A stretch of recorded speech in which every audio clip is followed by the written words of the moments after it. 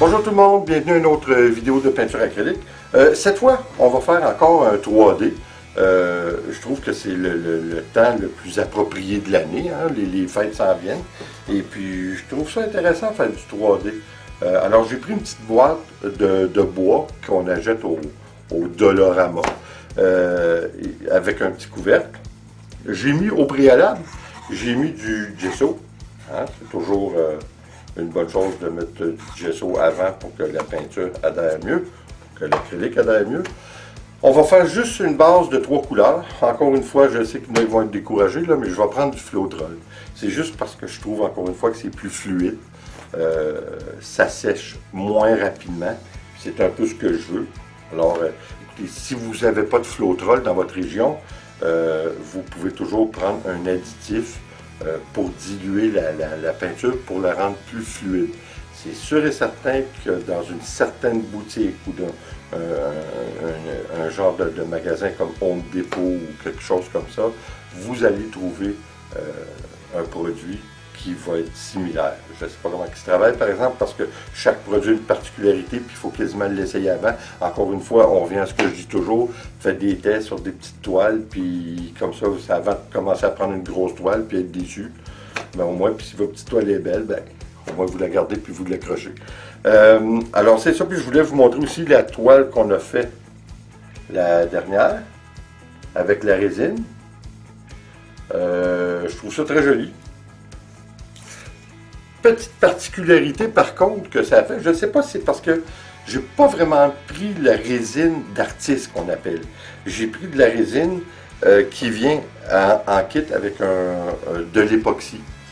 Ça, c'est en fait la fonction principale de ce petit kit-là, c'est de faire un genre de vernis par-dessus nos toiles qui fait un vernis glacé. C'est incroyable comment c'est beau, puis comme j'ai déjà dit, on va le laisser derrière. Ce que ça fait en séchant, c'est que ce qui est curieux, c'est juste la partie du rouge, ça a fait des bulles, mais des bulles qui ont séché. En fin de compte, ça a fait des genres de petites bosses. C'est pas laid par exemple. Fait que j'haïs pas ça. Encore une fois, personnellement, mon goût à moi, jusqu'à maintenant, je préfère la colle blanche. C'est-tu drôle, là, la colle blanche? Mais je trouve que ça fait un travail extraordinaire. Pas parce que la résine ne le fait pas, mais c'est un petit peu plus cher. À quoi bon? Hein? Avec la colle blanche, c'est vraiment pas dispendieux, puis ça fait vraiment des beaux détails. Alors, quoi qu'il en soit, c'est une question de goût. Pour l'instant, on s'en retourne à notre 3D. On va aller faire notre petite boîte de bois, puis on va voir ce que ça donne.